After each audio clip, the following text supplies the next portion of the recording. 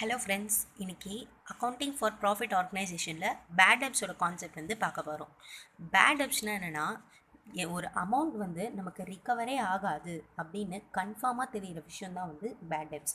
The amount which is receivable from a person or a concern for supplying goods or service is called a dead.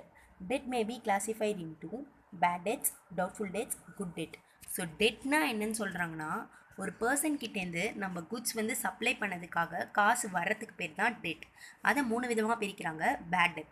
Bad டெப்னா ஸ்டார்டிங்லேயே சொன்ன மாதிரி இர்ரெக்கவபிள் and அன்கலெக்டபிள், அது வரவே வராதுன்னு நமக்கு தெரியும். டவுட்ஃபுல் டெட்ஸ்னால் என்னென்னா, அதை கலெக்ட் பண்ணுறதுக்கோ இல்லை ரிசீவ் பண்ணுறதுக்கோ ஏதோ ஒரு சான்ஸ் இருக்குது. ஆனால் நம்ம ஃபினான்ஷியல் அக்கௌண்டிங் ப்ரிப்பேர் பண்ணும்போது அதுக்கான சான்ஸ் வந்து கரெக்டாக அதுக்கான டேட்டை வந்து நம்மளால் அசர்டைன் பண்ண முடியாது. குட் டெப்னா என்னென்னா, there is neither any possibility of bad debts nor any doubts. அதாவது அதை பேட் டெட்டாகவும் நம்ம கன்சிடர் பண்ண மாட்டோம், டவுட்ஃபுல் டெட்டாகவும் நம்ம கன்சிடர் பண்ண மாட்டோம். குட் டெட்னா நமக்கு வந்து கொடுத்த காசு கண்டிப்பாக திருப்பி வரும்ன்ற இது இருக்கும். பேட் டெட்னா கொடுத்த காசு கண்டிப்பாக வராது. டவுட்ஃபுல் டெட்னா நமக்கு கண்டிப்பாக வரும், ஆனால் என்ன டேட்டில் வரும்ன்றது தெரியாது. குட் டெட்னா கன்ஃபார்மாக வந்து கொடுத்த டேட்டில் கொடுத்த பணம் வந்து நமக்கு சப்ளை பண்ண குட்ஸுக்கு வந்து கரெக்டான பணம் வந்துடும் அப்படின்றது சொல்கிறாங்க. ஸோ இந்த டவுட்ஃபுல் டெட்டுக்கு நம்ம ஒரு ப்ரொவிஷன் க்ரியேட் பண்ணி எழுதுவோம். அந்த ப்ரொவிஷன் தான் provision for bad and doubtful debts. இதை நம்ம ப்ராஃபிட் அண்ட் லாஸ் அக்கௌண்ட்லேயும் காட்டுவோம். அசட் சைடில் பேலன்ஸ் ஷீட்டில் வந்து சன்ட்ரி டேட்டாஸ்லேருந்து டிடெக்ட் பண்ணியும் காட்டுவோம். ஸோ இதை பேஸ் பண்ணி தான் நம்ம வந்து இப்போ சம்ஸ் வந்து போட போகிறோம். Prepare bad debts accounts, provision for bad debts account under each of the following methods from the following information, and also the profit and loss account and balance sheet. So profit and loss அக்கௌண்ட்டும் prepare பண்ண சொல்கிறாங்க, balance ஷீட்டும் prepare பண்ண சொல்கிறாங்க, and then bad debts account, provision for bad and doubtful debts account இதையும் வந்து prepare பண்ண சொல்லுவாங்க. 1/1/2012 அன்னைக்கு ப்ரொவிஷன் ஃபார் பேட் டெப்ஸ் வந்து 5,000 இருக்குது. 31/12/2012 அன்னைக்கு பேட் டெப்ஸ் ரிட்டர்ன் ஆஃப் 3,000 இருக்குது. அதுக்கான சன்ட்ரி டெட்டாஸ் வந்து 1,25,000 இருக்குது. ஸோ ஆல்ரெடி எல்லாருக்கும் தெரிஞ்சிருக்கும்னு நினைக்கிறேன், இருந்தாலும் நான் சொல்கிறேன். சன்ட்ரி டெட்டாஸ்னால் என்னென்னா, நம்ம சேல் பண்ணியிருக்க கஸ்டமர்கிட்ட வந்து சன்ட்ரி டெட்டாஸ், கடனுக்கு வாங்கிட்டு போனவங்க காசை நமக்காக திருப்பி கொடுக்க வேண்டியவங்க தான் வந்து sundry debtors. Bad debts written off ₹2,500, sundry debtors 1 lakh. இது வந்து 2013க்கான balance. Provision for bad and doubtful debts to be provided for 5% for 2012 and 2.5% for 2013. So வந்து கொஷினில் என்ன சொல்லியிருக்காங்கன்னா, 2012ஓட ஸ்டார்டிங் அண்ட் எண்டிங்கில் வந்து ப்ரொவிஷனும் பேட் டெட்ஸும் எவ்வளோ இருக்குது, அவங்களுக்கான சன்ட்ரி டெட்டாஸ் எவ்வளோ இருக்காங்க. அதுக்கப்புறம் 2013க்கான எண்டியில் பேட் டெட்ஸ் எவ்வளோ இருக்குது, சன்ட்ரி டெட்டாஸ் எவ்வளோ இருக்காங்கன்னு சொல்லியிருக்காங்க. அதுக்கு நம்ம எவ்வளோ வந்து ப்ரொவிஷன் க்ரியேட் பண்ணணும்னு சொல்லிட்டாங்க. இந்த சம் வந்து பார்க்குறதுக்கு முன்னாடி ஒரு 3 என்ட்ரி பார்த்துட்டு வந்துடலாம். ஸோ அந்த என்ட்ரியை பார்த்துட்டோன்னா நமக்கு இந்த சம் வந்து போடுறதுக்கு ரொம்ப ஈஸியாக இருக்கும். ஸோ பேட் டெப்ஸ்க்கு எப்படி என்ட்ரி போடுறாங்கன்னா, bad debts account debtor to sundry debtors. So bad டெப்ஸுன்றது நமக்கு ஒரு லாஸ், கரெக்டாக?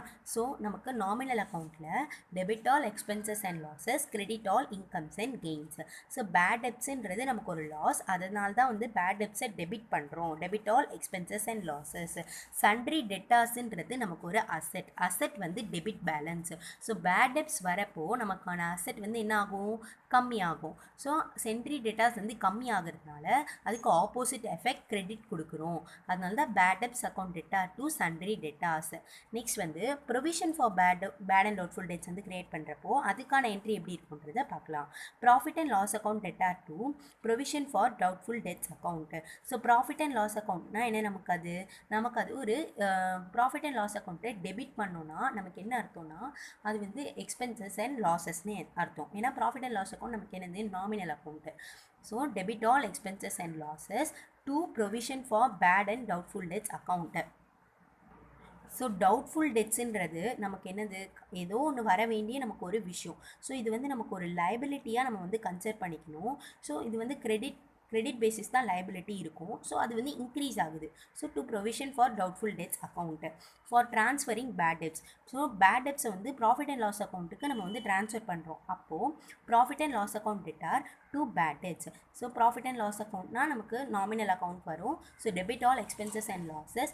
ஸோ இது பேட் டெப்ஸுன்றது நமக்கு ஒரு லாஸ், அதனால தான் ப்ராஃபிட் அண்ட் லாஸ் அக்கௌண்ட்டை டெபிட் பண்ணுறோம். To bad debts. பேட் டெப்ஸை நம்ம ப்ராஃபிட் அண்ட் லாஸ் அக்கௌண்ட்டுக்கு ட்ரான்ஸ்ஃபர் பண்ணுறோம் அப்படின்னு சொல்லிட்டு சொல்லியிருக்காங்க. இது நம்ம பார்த்தது ஃபர்ஸ்ட் இயர். இப்போ செகண்ட் இயருக்கு போடுறோம்னா பேட் டெப்ஸ்க்கு அதே என்ட்ரி தான். Bad debts account debtor to sundry debtors. Bad டெப்ஸ்ன்றது லாஸு, சன்ட்ரி டெட்டார்ஸ் அசெட் குறையுது, அதனால கிரெடிட்டில் போட்டிருக்கோம். இப்போ பேட் டெப்ஸை நம்ம ட்ரான்ஸ்ஃபர் பண்ணுறோம். ப்ராஃபிட் அண்ட் லாஸ் அக்கௌண்ட் வந்து பேட் டெப்ஸ் வந்து நமக்கு லாஸு, அதனால ப்ராஃபிட் அண்ட் லாஸ் அக்கௌண்ட்டுக்கு ட்ரான்ஸ்ஃபர் பண்ணும்போது ப்ராஃபிட் அண்ட் லாஸ் அக்கௌண்ட் வந்து டெபிட்டில் இருக்கணும், டூ பேட் டெப்ஸ். நெக்ஸ்ட் வந்து ப்ரொவிஷன் ஃபார் டவுட்ஃபுல் டெட்ஸ்க்கு 2 கண்டிஷன் வந்து கொடுத்துருக்காங்க. என்னென்னா க்ளோசிங் ப்ரொவிஷன் வந்து ஓப்பனிங் ப்ரொவிஷனை விட அதிகமாக இருந்துச்சுன்னா profit and loss account debtor to provision for bad and doubtful debts. என்னன்னா ப்ராஃபிட் அண்ட் லாஸ் அக்கௌண்ட்டில் டெபிட் சைடில் ப்ரொவிஷன் வந்து போடணும் அப்படின்ட்டு வந்து சொல்லியிருக்காங்க. ஓகேவா? இப்போ க்ளோசிங் பேலன்ஸ் வந்து ஓப்பனிங் ப்ரொவிஷனை விட கம்மியாக இருந்துச்சுன்னா நம்ம என்ன பண்ணணும்னா கிரெடிட் சைடு வந்து ப்ரொவிஷன் ஃபார் டவுட்ஃபுல் டெட்ஸை வந்து போடணும்னு சொல்கிறாங்க.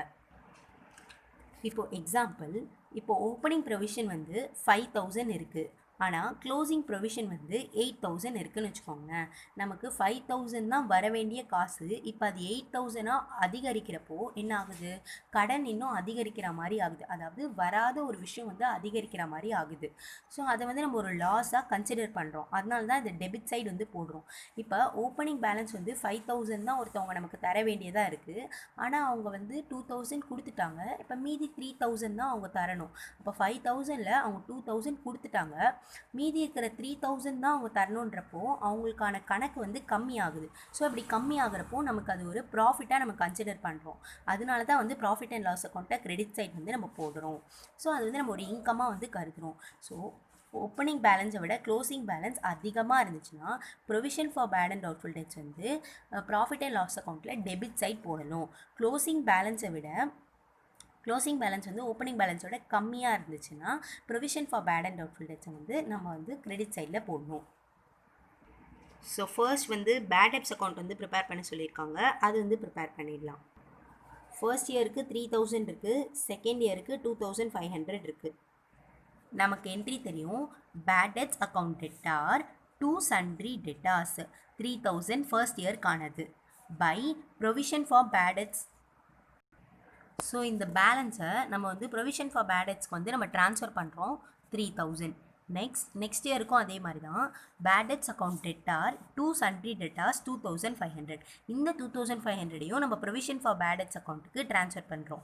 Next provision for bad debts account. So first நம்ம ட்ரான்ஸ்ஃபர் பண்ணது தான் வந்து ஓப்பனிங் பேலன்ஸாக இங்கே எடுத்துகிட்டு வந்து காட்டுவோம். So to bad debts account, இங்கே பை ப்ரொவிஷன் ஃபார் பேட் டெப்ஸ்ன்னு இருந்தால் இங்கே ப்ரொவிஷன் ஃபார் பேட் டெப்ஸில் வந்து டூ பேட் டெப்ஸ் அக்கௌண்ட் 3000 வந்து போடுவோம். 2012க்கான ஓப்பனிங் ப்ரொவிஷன் வந்து 5000 கொடுத்துருக்காங்க. எப்பயுமே ப்ரொவிஷனுக்கு வந்து credit balance, so by balance brought down 5000. Next வந்து நம்ம பேலன்ஸ் கேரி டவுனில் வந்து நம்ம க்ளோசிங் ப்ரொவிஷன் வந்து கண்டுபிடிக்கணும். இந்த க்ளோசிங் ப்ரொவிஷன் எப்படி கண்டுபிடிக்கணும்னா இங்கே வந்து கொடுத்துருக்காங்க, provide doubtful debts to be provided for 5% for 2012. So sundry டெட்டார்ஸ்லேருந்து 5% வந்து கண்டுபிடிப்போம். 1,25,000ல் 5% வந்து கண்டுபிடிக்கணும். ஸோ 1,25,000ல் 5% வந்து நமக்கு 6,250 வரும். ஸோ ஃபர்ஸ்ட் வந்து சன்ட்ரி டெட்டார்ஸ்க்கு வந்து பேட் டெட்ஸ் அக்கௌண்ட் வந்து போட்டுருணும், அதை வந்து ப்ரொவிஷன் ஃபார் பேட் டெட்ஸில் வந்து ட்ரான்ஸ்ஃபர் பண்ணிடணும். நெக்ஸ்ட் இயர் 2013க்கும் பேட் டெட்ஸ்க்கு என்ட்ரி போட்டுருணும், அதையும் ப்ரொவிஷன் ஃபார் பேட் டெட்ஸ்க்கு வந்து நம்ம ட்ரான்ஸ்ஃபர் பண்ணிடணும்.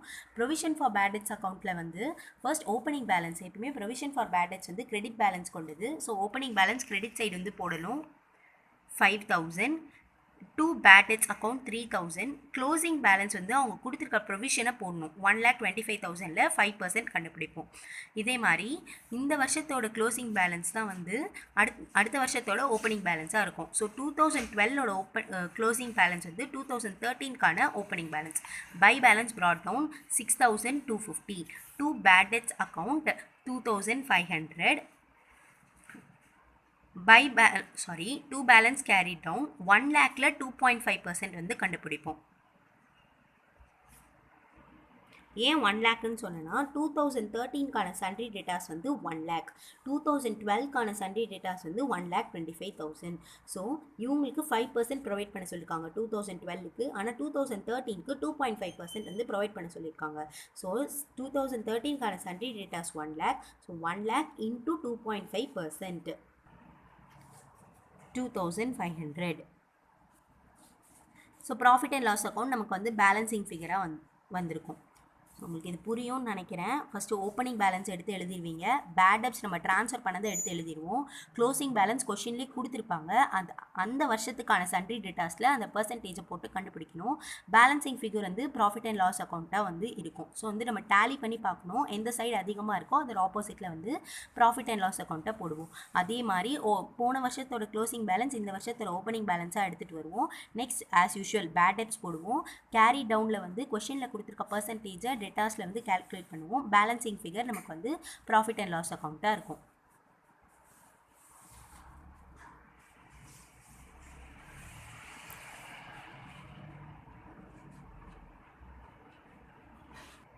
நெக்ஸ்ட் அவங்க profit and loss account prepare பண்ண சொன்னாங்க. ப்ராஃபிட் அண்ட் லாஸ் அக்கௌண்ட்டில் நம்மளோட என்ட்ரி எப்படி இருக்கும்னா பேட் டெப்ட்ஸ் எப்பயுமே நம்ம ப்ராஃபிட் அண்ட் லாஸ் அக்கௌண்ட்டில் டெபிட் சைட் போடுவோம். நெக்ஸ்ட் வந்து provision for bad and doubtful டெப்ட்ஸில் நம்ம என்ன பண்ணணும்னா add new provision less old provision. இது வந்து ஒரு ஃபார்மேட் மாதிரி கண்டிப்பாக நம்ம ஞாபகம் வச்சுக்கணும். Add new provision less old provision. So 2 bad debts வந்து 2012 வந்து நமக்கு 3000 கொடுத்துருந்தாங்க. நெக்ஸ்ட் வந்து ப்ரொவிஷன் ஃபார் பேட் டெப்ட்ஸ் வந்து 2012க்கு நம்ம புதுசாக என்ன கண்டுபிடிச்சோம் 6250 கண்டுபிடிச்சோம். ஸோ 6250 ஆட் பண்ணணும். ஓல்டு ப்ரொவிஷன் நமக்கு எவ்வளோ இருந்தது 5000. ஸோ அந்த 5000 நம்ம லெஸ் பண்ணணும். So 6250 less 5000 1250. ஸோ 4250 தான் இதுக்கான total. Next profit and loss account for the 2013க்கு போட போகிறோம். அதே மாதிரி தான் பேட் டெப்ட்ஸ் வந்து 2500 வந்து கொடுத்தாங்க. இது ஆக்சுவலாக நமக்கான க்ளோசிங் இயர் 2013ன்றது நமக்கான க்ளோசிங் இயரில் நம்ம 2 கண்டிஷன் பார்த்தோம். ஓல்டு ப்ரொவிஷனை விட நியூ ப்ரொவிஷன் வந்து கம்மியாக இருந்துச்சுன்னா அதை வந்து நம்ம கிரெடிட் சைட் போடணும். அதிகமாக இருந்துச்சுன்னா நம்ம வந்து டெபிட் சைட் போடணுன்ற கண்டிஷன் வந்து பார்த்தோம். ஸோ நமக்கான ஓப்பனிங் ப்ரொவிஷன் வந்து 6250. ஆனால் க்ளோசிங் ப்ரொவிஷன் 2500 தான். கம்மியாக இருக்குது. ஸோ கம்மியாக இருக்கிறப்போ அது நமக்கு இன்கம். ஸோ அதை கிரெடிட் சைடில் வந்து போட்டு லெஸ் பண்ணி எழுதுகிறோம். இதுவே வந்து அதிகமாக இருந்ததுன்னா அதை டெபிட் சைடில் போட்டு லெஸ் பண்ணி எழுதுவோம். இந்த சம் உங்களுக்கு யூஸ்ஃபுல்லாக இருக்கும்னு நினைக்கிறேன். யூஸ்ஃபுல்லாக இருந்தால் லைக் பண்ணுங்கள், ஷேர் பண்ணுங்கள், சப்ஸ்கிரைப் பண்ணுங்கள். Thank you so much.